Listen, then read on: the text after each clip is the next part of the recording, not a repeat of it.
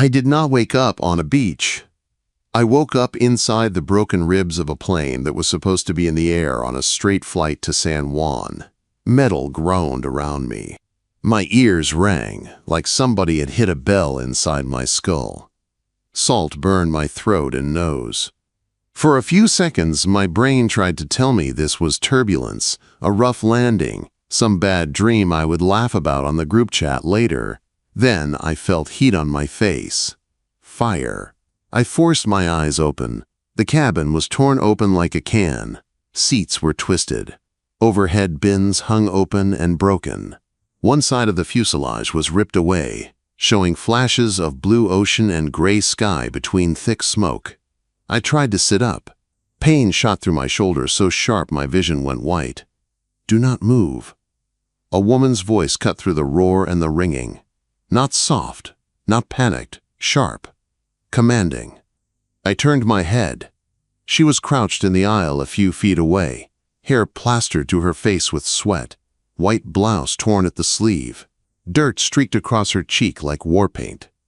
Ara Vance, CEO of Vance Tech, my boss. Seeing her there, in that wreck, was like seeing your face in a mirror during an earthquake. The whole rich, polished world we lived in at the office snapped into this one brutal moment. "I am getting you out," she said. It was not a pep talk. It was not a speech. It was an order. She ripped a strip of cloth from her own sleeve and wrapped it tight around my shoulder. Her hands were quick and efficient, but close up I could see the faint tremor in her fingers. "On 3, she said, leaning in. 1, 2. She yanked before 3.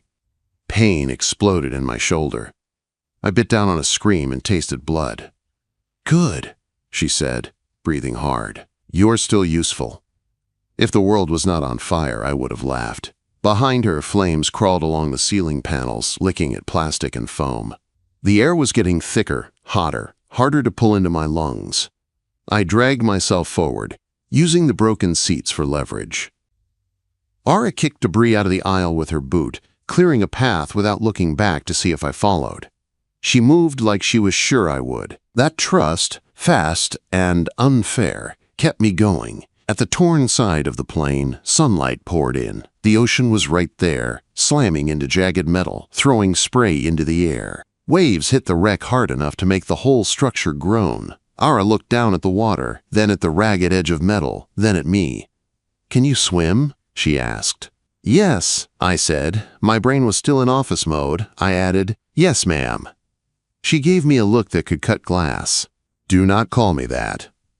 Behind us, something in the cabin exploded. Heat slammed into my back. The ceiling flexed. We did not have time to argue. "Move," she said. We jumped. The water was a slap. Cold, violent, all at once. It stole my breath in one hit. Salt flooded my nose and mouth. My shoulder screamed. I kicked anyway, using my good arm and my legs to stay above the surface. Ara swam like she was angry at the ocean. Strong strokes. No panic, no flailing, just work. She aimed for a strip of pale sand ahead, a curve of beach backed by thick green trees. We made it to shore and collapsed on the wet sand. I rolled onto my back, coughing seawater, lungs burning. For a while, all I could hear was the smash of waves and our ragged breathing.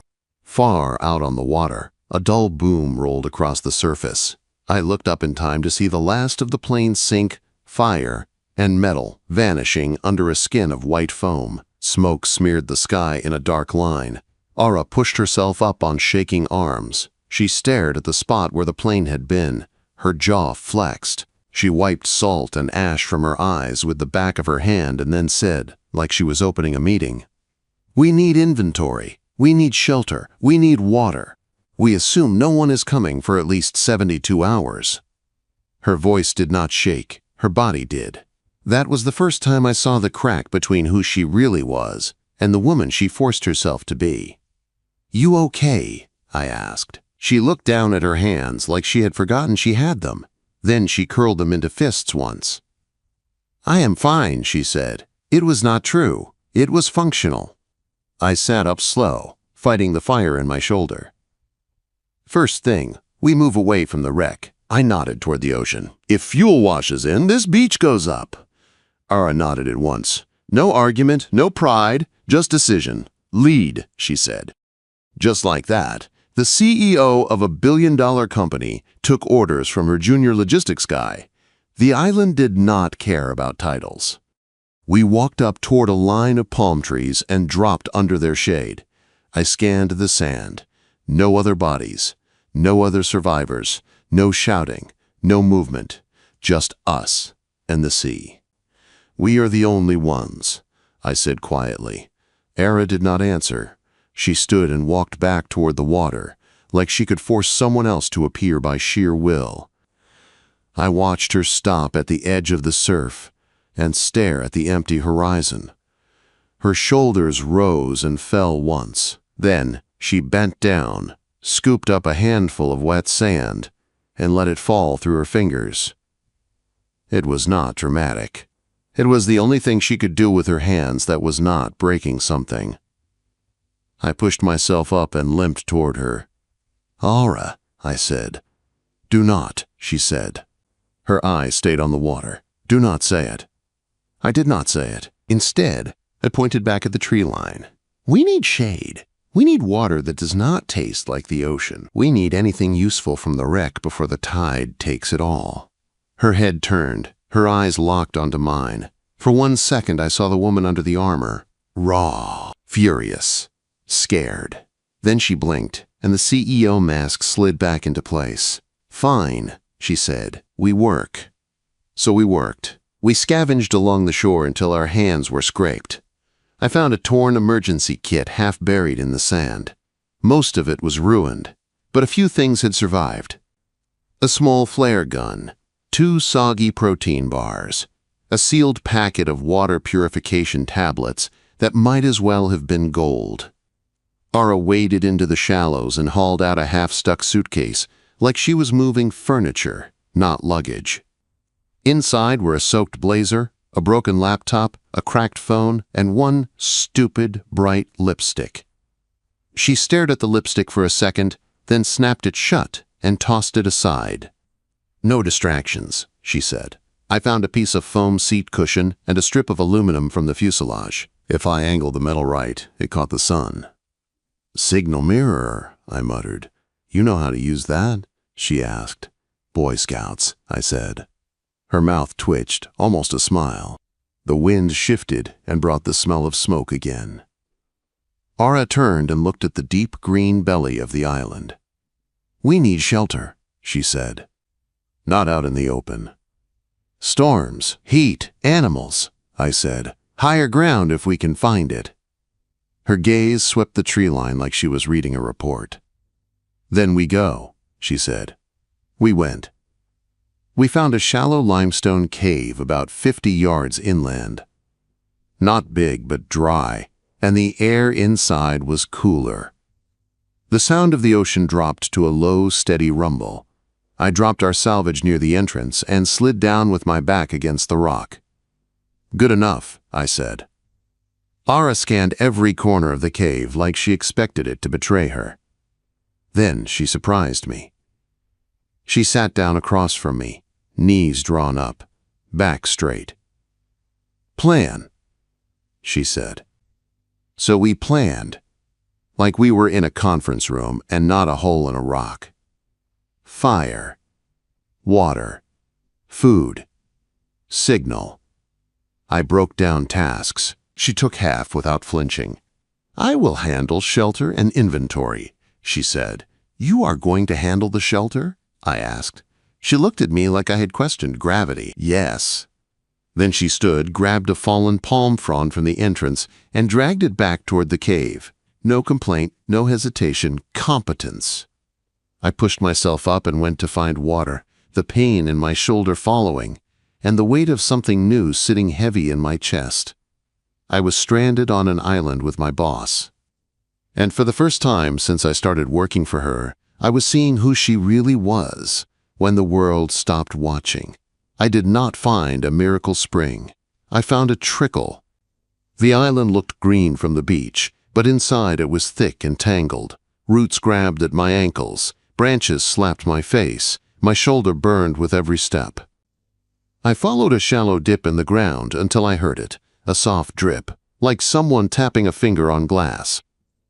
I pushed through a wall of leaves and saw water running down a rock face. Not a river, not even a stream, just a thin line of clear water sliding over stone. It was not much, but it was not salt. I dropped to my knees and held my hands under it, letting it pool in my palms. I cupped it to my mouth. It tasted cold and sharp, like stone and air. Footsteps crunched behind me. Ara knelt beside me, eyes on the trickle. "We need to collect it," she said. "I know," I said. "We just do not have containers." She looked around once, then stood and walked back into the trees without a word. For a second I thought she was leaving me there. 10 minutes later she came back carrying a broken piece of plastic, probably from a seat back, and a strip of torn fabric. She folded the cloth, threaded it through the plastic, and tied it in place. In a few quick motions, she made a crude funnel and filter. She held it up between us like a prototype. "Better," she said. I stared at her. "You made that in 10 minutes." She shrugged a little. "I run a company," she said. "I can make a funnel." She pressed the cloth tight and held the plastic against the rock. Water slid into it, then down into a cracked bottle we had dragged from the shore. We took turns carrying water back to the cave and anything that would hold it. Half coconut shells. The broken bottle. A bent food tray. It was clumsy, and we spilled a lot, but some of it made it into our little stash. By the time the sun started to drop, my legs shook from walking, and my shoulder felt like it was made of hot wire. Ara moved slower too, but she did not say she was tired. She just kept working. Night came fast. Daylight drained out of the trees, and the island turned into a silhouette. The sound of the ocean got louder when we could not see the waves anymore. I made a small fire near the cave mouth, using dry palm husk and strips of torn seat cushion. I sparked it with the striker from the flare gun. It took a few tries. When the first flame caught, small and hungry, my chest loosened for the first time since the crash. Ara sat just inside the cave, knees pulled up, arms wrapped around them. The light from the fire danced across her face, showing every line of exhaustion. "You okay?" I asked again. She watched the flames for a long second. "No," she said. "Just one word. Honest." It felt heavier than a whole speech. I did not answer with some fake positive line. Instead, I dug into the emergency kit and pulled out one of the soggy protein bars. It looked pathetic and felt like wet cardboard in my hand. I held it out to her. She stared at it like it offended her. Her stomach chose that moment to make a quiet, miserable sound. Her eyes flicked to mine, annoyed. I kept my face steady and my hand out, not smiling, not joking. After a beat, she took the bar. She bit into it, jaw tight. The texture made her grimace. "Calories," she said, chewing. "Calories." I agreed. We ate in silence. The bar tasted like damp chalk, but it filled the empty space in my stomach, just enough to remind me I was alive. The fire popped softly. Outside, the ocean kept hitting the shore. Inside, the shadows moved across the walls. Ara stared into the flames like she was trying to decode them. Even sitting still, she looked like she was working. I realized then that she did not know how to rest. Not really. She only knew how to move, plan, decide. Here, the island did not care about her titles. It was going to teach her something new, whether she liked it or not, and I was going to be right next to her when it did. Day 2 started with heat. The sun turned the sand into a hot plate by mid-morning. We dragged our fire pit closer to the cave and kept it small under the shade. I woke up to find Ara already awake and sorting our supplies. She had lined up the coconuts in a neat row. The tablets sat in 2 small piles. Our containers were grouped by size. It looked like she was getting ready to give a presentation. "You did all this now?" I asked, rubbing sleep from my eyes. "You were out," she said. "We needed to know what we have." "You did not sleep," I said. "I slept," she lied. Her eyes were red. "Okay," I said. "Today we need better shelter and a signal. Something a plane can see." Ara nodded. We need to be visible from the air. Quote, we cut palm fronds and branches and made a crude lean-to over the cave entrance to block wind and rain. Ara hauled branches like she had done it her whole life. Her blouse, once sharp and white, was now streaked with dirt and ash. The fabric clung to her shoulders in the heat. Buttons were missing. She did not care. She just moved. She wiped sweat off her forehead with the back of her hand and left a smear of ash there.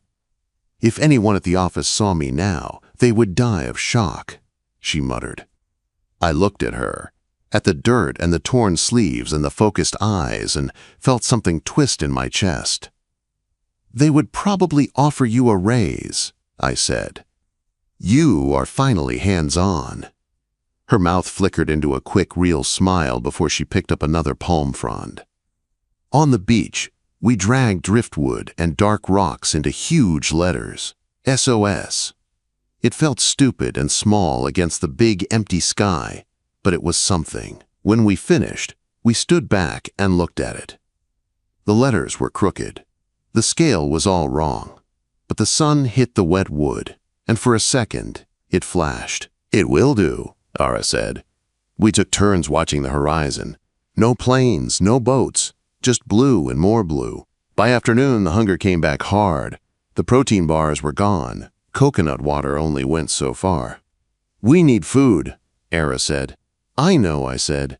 Fish, crabs, anything we can get without dying for it. She stared at the water like it was a problem she could solve with a slide deck. Then she set her jaw. I will learn, she said. I found a long, straight branch and showed her how to sharpen one end on a rock. I held it over the fire to harden the tip. Ara watched every move, then took the stick and did it herself. Her hands were quick and firm. When she was done, she weighed the spear in her hands and nodded once. Okay. We waded into the shallows at low tide. Small fish flickered in the clear water, trapped in pools between rocks. She missed her first 5 tries. Each miss tightened her mouth. Her hair stuck to her cheeks. Sweat and seawater ran down her neck. On the 6th try, she lunged too far, lost her footing, and went down on her knees with a splash. Water soaked her from the waist down.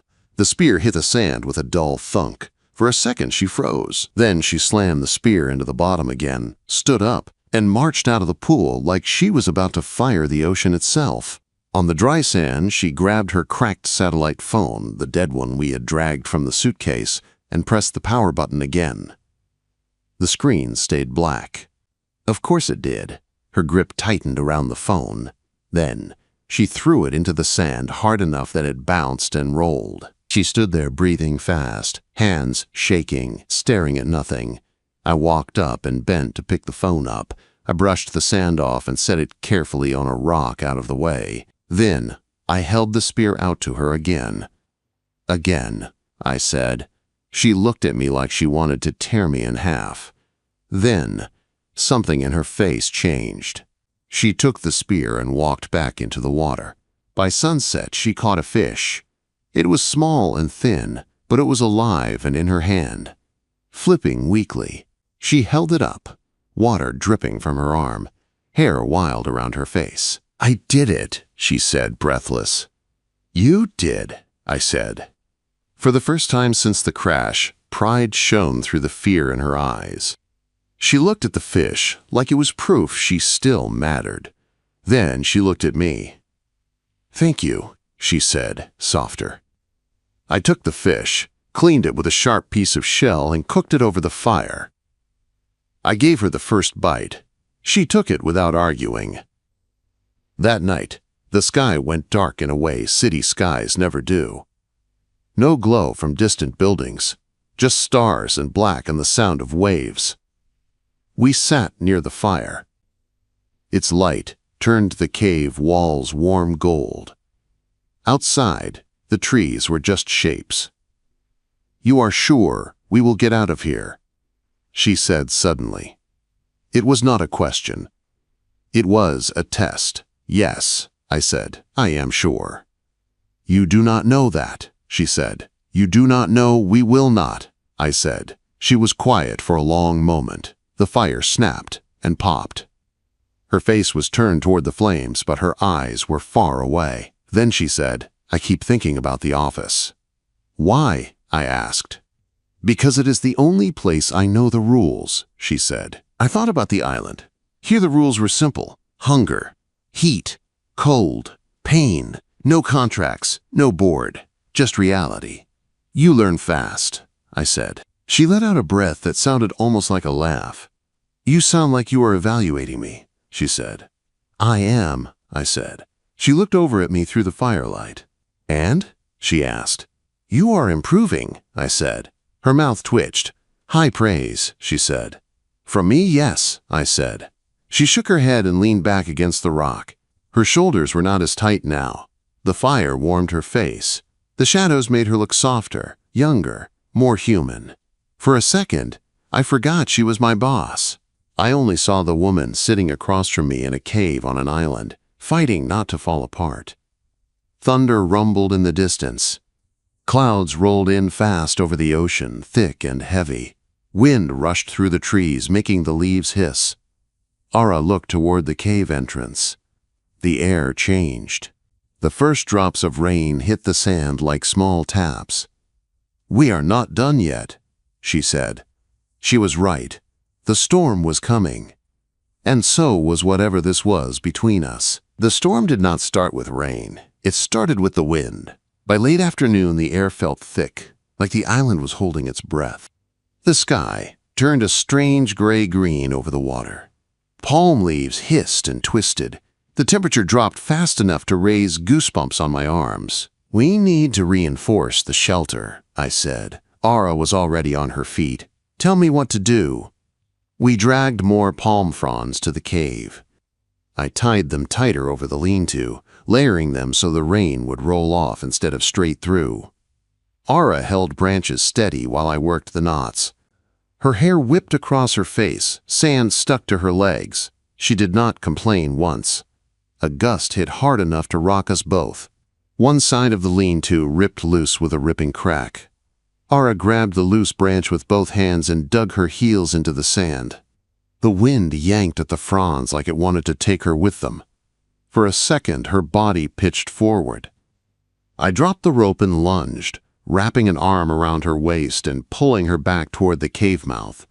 We stumbled together, feet sliding. The branch tore away and flew into the dark. Ara's fingers gripped my forearm, nails digging into skin. I held on until we were under the rock overhang again. "Inside," I said over the growing roar. "We have enough up."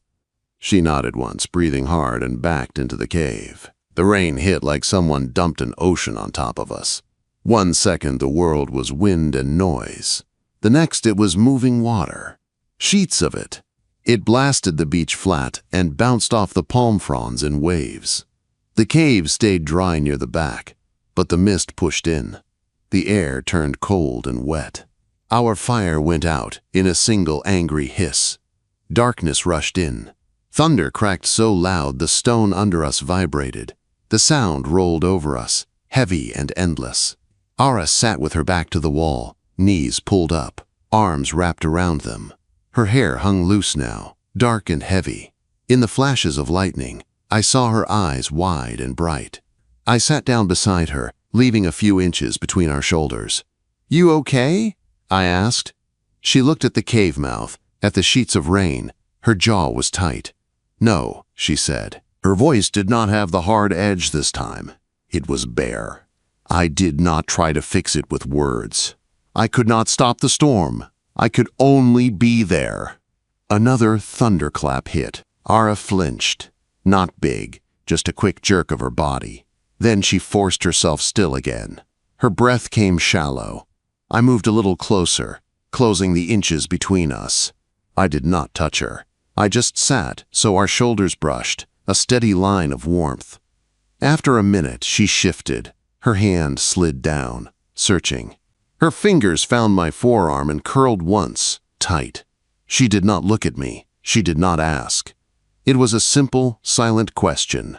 I turned my palm and covered her hand with mine. My grip was steady, not crushing. I felt her fingers tremble, then press back. Her breath changed. It slowed. She leaned her head against the rock and let her eyes close. We stayed like that while the storm raged. Wind screamed over the cave. Rain hammered the island. Inside, there was only dark stone, wet air, and our joined hands. By morning, the worst had passed. The world outside looked scrubbed raw. The sky was a pale, washed blue. The sand was full of new debris. Our SOS sign was half gone, letters broken and scattered. We stepped out onto the wet beach. My legs felt heavy. Ara stood beside me, her clothes damp, hair pushed back with both hands. She stared at the destroyed sign. For 1 second, her shoulders sagged. Then she set her jaw. "Rebuild," she said. I looked at her. "You do not quit," I said. Her eyes flicked to mine. "Neither do you." We rebuilt the letters again, dragging wood and rocks into place. Our muscles burned. Our hands hurt. We did it anyway. Days blurred into a rough rhythm after that. We collected water from the trickle. We checked our containers. We searched for more coconuts. We took turns watching the sky. We fixed the shelter when the wind tore at it. We lit the fire when we had dry fuel, and let it die when we did not. Ara's hands hardened. The blisters on her palms turned to calluses. She moved with more ease in the sand now. She waded into the shallows without hesitation, spear held loose and ready. She missed less often. She cursed less when she did. We were still hungry. We were still one bad day away from real trouble, but the panic eased into something else, a low, steady urgency. The first real danger that was not weather came at the waterline. We were in the shallows, ankle deep, spears in hand. The sun was high. The water was clear enough to see the sand patterns. Small fish darted between our legs. Ara moved beside me, focused. She had become quick. Her shoulders relaxed, her weight balanced. She was getting good at this. Then the water around my calves went cold. Not a big change. Just a sudden strip of chill running through the warm tide. Every instinct I had went tight. "Back," I said quietly. Ara froze. "What?" I reached back without looking and wrapped my fingers around her wrist. I pulled her behind me, step by slow step, keeping my eyes on the deeper blue ahead. A shape slid past. Gray, smooth, and too big to be a fish. A small reef shark, but still a predator. It moved with lazy power, tail sweeping, cutting slow arcs.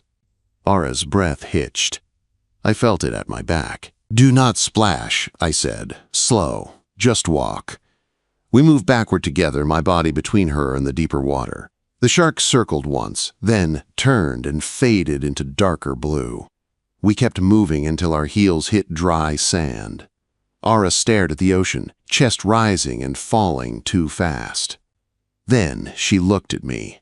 Her pupils were blown wide. "You knew," she said. "I felt it," I said. She swallowed. Her gaze dropped to where my hand still circled her wrist. Sand clung to her skin where my fingers had been. Slowly, she lifted her free hand and touched the mark my grip had left. Then, my forearm. Not a caress. A check. A grounding. "Thank you," she said. Her voice was rough. I nodded once. "You would have done the same." She held my eyes for a second longer, then looked away, back at the ocean. That night she could not settle. She shifted in the cave. She checked the fire, even when it did not need checking. She moved our supplies 2 inches to the left. I sat at the entrance, watching the dark line where the waves hit the sand. The sky was a huge bowl of stars.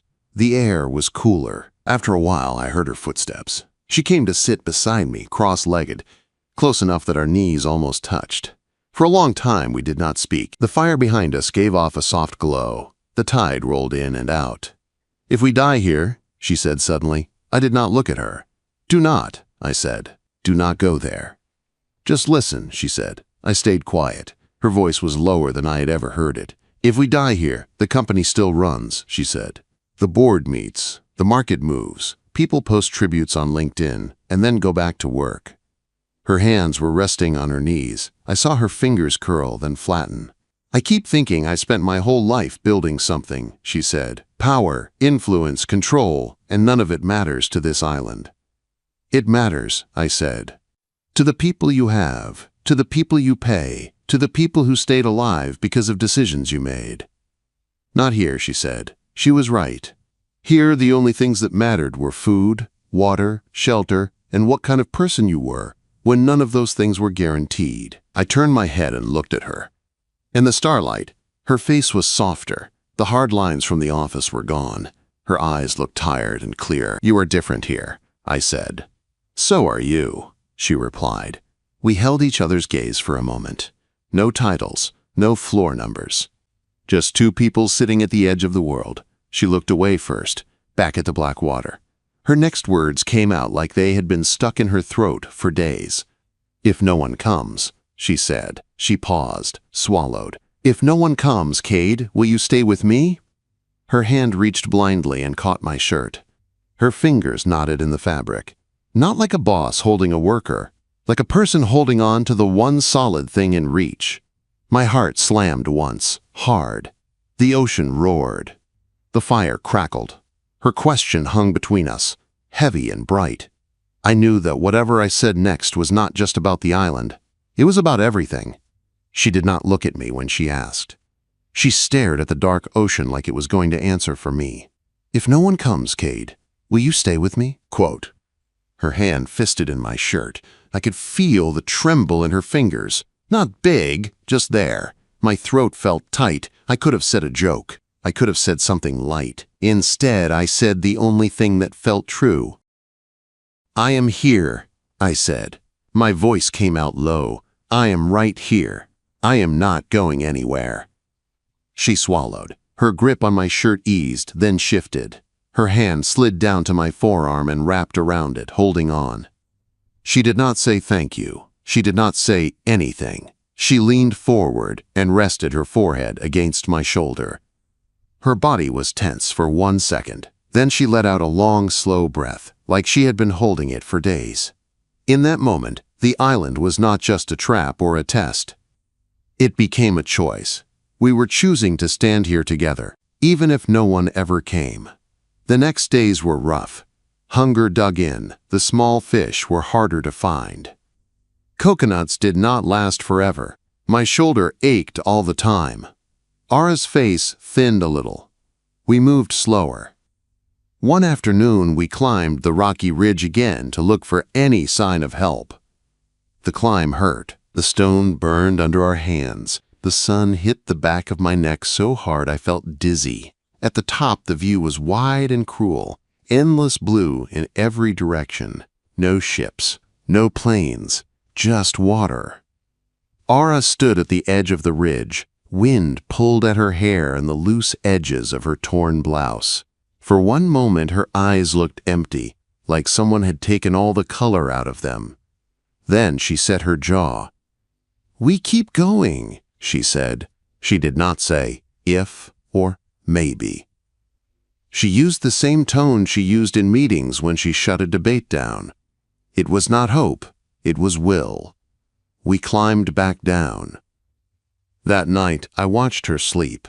Her head was tilted against the cave wall. Her mouth was relaxed. One arm was curled over her stomach. She looked younger, almost gentle. Nothing like the sharp force who ran our company. Something tight in my chest woke up. It scared me, because I knew this was not just survival instinct. It was not just a crush on a boss. It was deeper. It was real. And if we got off this island, the world would try to crush it. Day 10 brought another storm, worse than the first. The sky turned dark in the middle of the day. Wind screamed through the palm trees. The air smelled heavy and electric. We raced to reinforce the shelter, tying palm fronds tighter, stacking rocks at the base to hold them down. My hands slipped on wet leaves. Ara's hair whipped across her face. We both cursed out loud for the first time. A huge gust slammed into the island. A palm branch snapped and crashed near the cave mouth, sending sand and debris flying. We both ducked. The lean-to shuddered. We have to get inside, I shouted.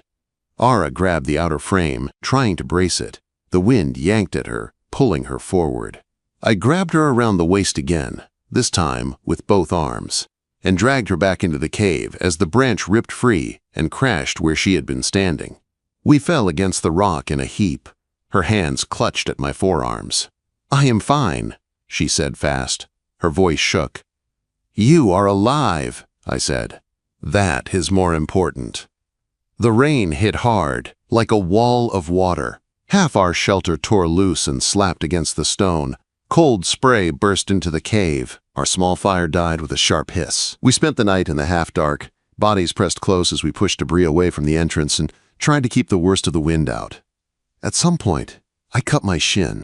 I did not notice until later when I saw the blood. By dawn, the storm was done. The island looked wrecked. Our SOS sign was broken again. The beach was littered with branches and seaweed and trash from the wreck. The sky was a sick, bruised color. I stood in the wet sand and stared at the ruined sign. I felt empty, tired in my bones. Ara walked up beside me. Her hair was wild. Dirt streaked her face. She looked at the broken letters, then at the water. For a second, her shoulders sagged. She looked like she might fall. Then she straightened. "Rebuild," she said. I stared at her. "You never quit," I said. Her eyes met mine. There was something new there now. Not just respect. Not just trust. "Neither do you," she said quietly. We rebuilt again. Because that was what we did. That night, after a small meal of fish and coconut, we sat by the new fire. The flames danced on the cave walls. The air smelled like smoke and salt. Ara watched me. Not with quick glances this time, she just looked at me, steady. "Cade," she said. I looked up. "Yeah?" She held my eyes in a way that made the rest of the cave fade. "If we get out of here," she started, then stopped. Her throat moved. "When we get out of here," she corrected herself. My chest warmed at that small word change. "When we get out of here," she said again, "we will be back in my world. Offices, board, rules, power. I do not know what that means for this." She lifted one hand, fingers trembling just a little, and rested it against my jaw. Her thumb brushed my cheekbone. "You can tell me no," she said. Her voice was rough and honest. "I will not fire you. I will not punish you. You can say this was just survival." My heart pounded so loud I could hear it. I could have stepped back. I could have saved us both a lot of trouble. I stepped closer instead. That was my answer. Ara let out a breath like she had been underwater and kissed me. It was not neat or careful. It was heat and need and weeks of holding everything in. Salt from dried seawater, smoke from the fire, all of it wrapped up in that first contact. My hand found her waist, fingers pressing into the thin fabric at the small of her back. I did not pull her in hard. I held her steady and waited for her to choose. She chose. She moved closer on her own, fingers twisting in my shirt, pulling me in. The fire cracked beside us, but the only thing I could feel was her mouth and the way her body fit against mine. When we finally came up for air, our foreheads rested together, both of us breathing hard. "When we get out," she whispered, "we deal with it then." "When we get out," I said, "not if." Her mouth trembled. Then she nodded once. "Okay." She kissed me again, slower this time, less storm, more promise. After that, the island changed. Nothing got easier. We were still hungry. We were still tired. But the space between us felt different, less hollow. When her fingers brushed mine as we passed a shell or a container, it woke something in me. When I tied a new bandage around her scraped knee, her gaze dropped to my hands and stayed there. We did not talk about us. We did not have to. We lived it every step. Day 12. It happened.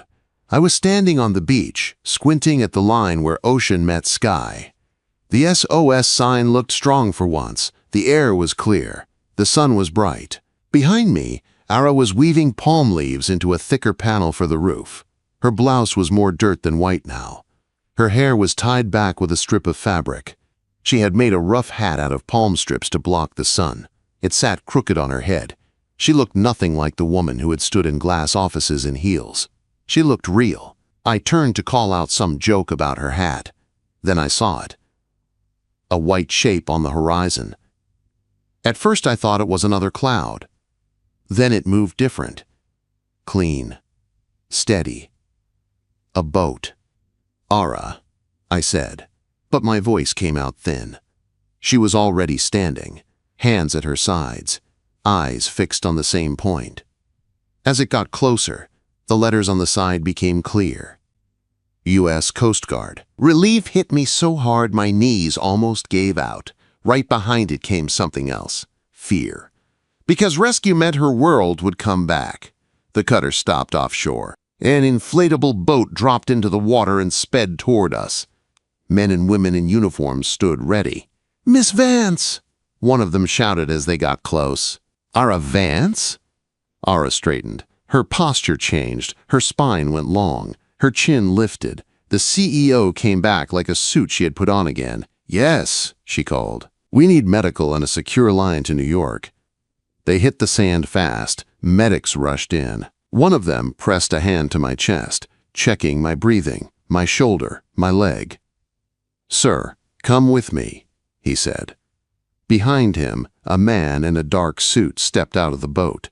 Another followed. Phones were out. Cameras pointed. Somebody said her name again. "Ms. Vance."